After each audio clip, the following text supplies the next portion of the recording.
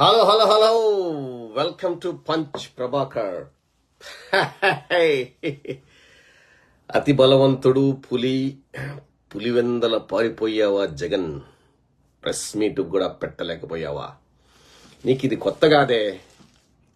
అసలు నువ్వు press meet పెట్టకపోవడం అనేది గత 5 సంవత్సరాల నుంచి జరిగింది.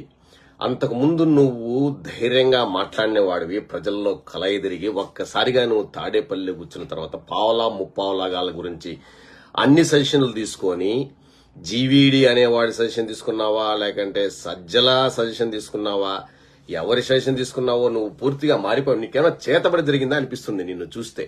ఆ తాడేపల్లి ప్యాలెస్ లో నీకు ఐ థింక్ యూ గాట్ చేతబడి ఫ్రమ్ యువర్ ఓన్ కోటరీ. నేను ఈ రోజు వరకు నేను మాట్లాడలేదు. ఇది డైరెక్ట్ గా చెప్తున్నా నీకు. నీ యాటిట్యూడ్ మారకపోతే, నీ ఆలోచన మారకపోతే, ఇంకా నువ్వు ఆ జీవీడి గాడి రాసిచ్చిన మహాభారతము, భారతాన్ని, శకుని, కౌరవులు, అదేదో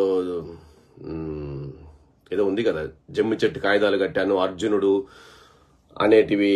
ఎస్, నేను కూడా నీకు వంత పాడాను. కానీ నేను ఉన్న విషయం చెప్తాను. నేను జీవీడి అనే నీ ఆఫీస్లో ఒక అతను ఉండేవాడు కదా, అతనితో నేను టచ్ లో ఉన్నాను. నేను చాలా సార్లు చెప్పాను, ఆ బటన్ల బిజినెస్ ఆపేవయ్యా, ఏమే కొంచెమైనా చాలా పనులు చేస్తున్నాము, చదువుకున్న వాళ్ళ కోసం 10 మాటలు మాట్లాడమను జగన్మోహన్ రెడ్డి అంటే, నీకు ఏదో చేతబడి జరిగినట్లు, నీకు ఎవరో నీ మాటలను నీకు ప్లాస్టర్ వేసినట్లు, లేకంటే నీ మూగబోయినట్లు 5 సంవత్సరాలు కూర్చొని చేశావు. ఈ రోజు నీ పార్టీ ఆఫీస్ కూల్చేస్తుంటే ఒక ట్విట్టర్ వేసి నువ్వు పులివెందులకు పోయావు.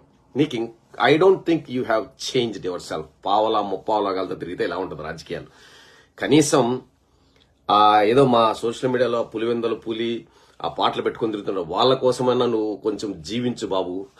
ఏమే నువ్వు ప్రెస్ మీట్ పెట్టలేని వాడివి. ఒక ప్రెస్ మీట్, ఎస్, ఋషికొండ గురించి అడుగుతారు, చెప్పు ధైర్యంగా. కట్టాను తలమానికంగా ఒక వైజాగ్ ఇంత బ్యూటిఫుల్ సిటీకి. ఇది ఎవరొచ్చినా, నేనున్నా, చంద్రబాబు ఉన్నా, ఎప్పుడు ఎవరున్నా గాని ఒక సత్యం, ఏది వైజాగ్ అనేదే హబ్బు, ఏది అభివృద్ధికి హబ్బు. ఏ పరిశ్రమ అక్కడికి వస్తుంది. అక్కడ తలాతోకా లేని అమరావతికి సింగిల్ యాక్సెస్ ఉన్న రోడ్డుకి ఎవడు వచ్చి పరిశ్రమను పెట్టడు. కమ్మ వాళ్ళు భూములు కొనుక్కున్నారు, వాళ్ళని నాశనం అయిపోతారు, వాళ్ళు దాంట్లో బావుకుండేది లేదు అనే మాట నువ్వు చెప్పకపోయినా కనీసము వైజాగ్ గురించి కూడా చెప్పుకోలేక పరిగెత్తావా? ఇంకేమడుగుతారు వాళ్ళు నిన్ను? నువ్వెందుకు తాడేపల్లికి వెనకాల ఏదో కట్టించుకున్నావు అంటాడు, సెక్యూరిటీ పర్పస్.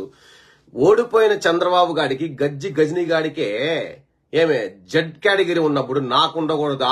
నా మీద ఎంతమంది కమ్మోళ్ళందరూ కక్షతో కుట్రలతో పనిచేస్తున్నారు, 1000 కోట్లు కూడా ఖర్చు పెట్టుకున్నారు కదా, అందుకని కట్టుకున్నాను చెప్పు. ధైర్యంగా వింటారు ప్రజల్లో మనసులో ఉన్న మాట చెప్పు. ఇట్లా ఏదో what is this nonsense? Come on మేన్.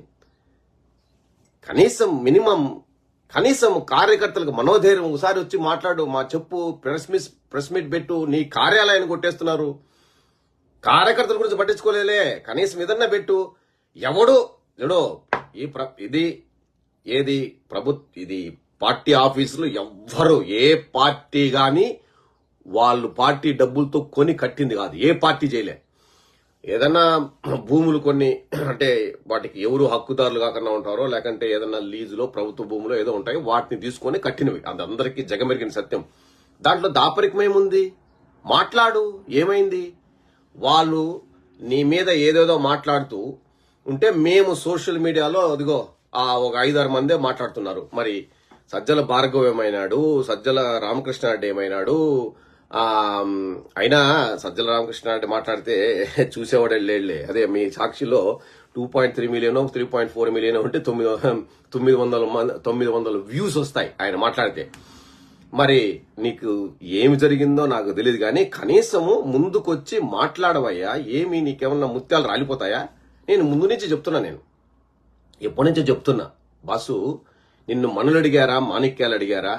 నిన్ను కాలర్ పుచ్చుకొని అడుగుతారా? కార్యకర్తల్ని డబ్బులు లక్షల రూపాయలు కోట్ల రూపాయల వరకు ఖర్చు పెట్టుకున్నారు. వాళ్ళు అదే పనిగా ఎక్కడి నుంచో వస్తారు. వాళ్ళని కనీసం నువ్వు ఇగ్నోర్ చేసి నీ తలుపు గేట్ కూడా తాకనివ్వలేదని ఇప్పుడు కాదు, నేను గత 5 సంవత్సరాలుగా ఆల్మోస్ట్ 6 months నువ్వు అధికారంలోకి వచ్చిన తర్వాత 6 months నుంచి చెప్తున్నా. సర్లే, నువ్వు అనుకుంటున్నావు యాంటీ ఇన్కంబెన్సీ లాస్ట్ టైం నాకు వేవ్ వచ్చింది కదా, ఇప్పుడు చంద్రబాబు వేవ్ వచ్చింది కదా, నాకు వేవ్ వస్తుందని. కానీ చంద్రబాబు అనేవాడు నీ అంత యాటిట్యూడ్తో బతకడం లేదు.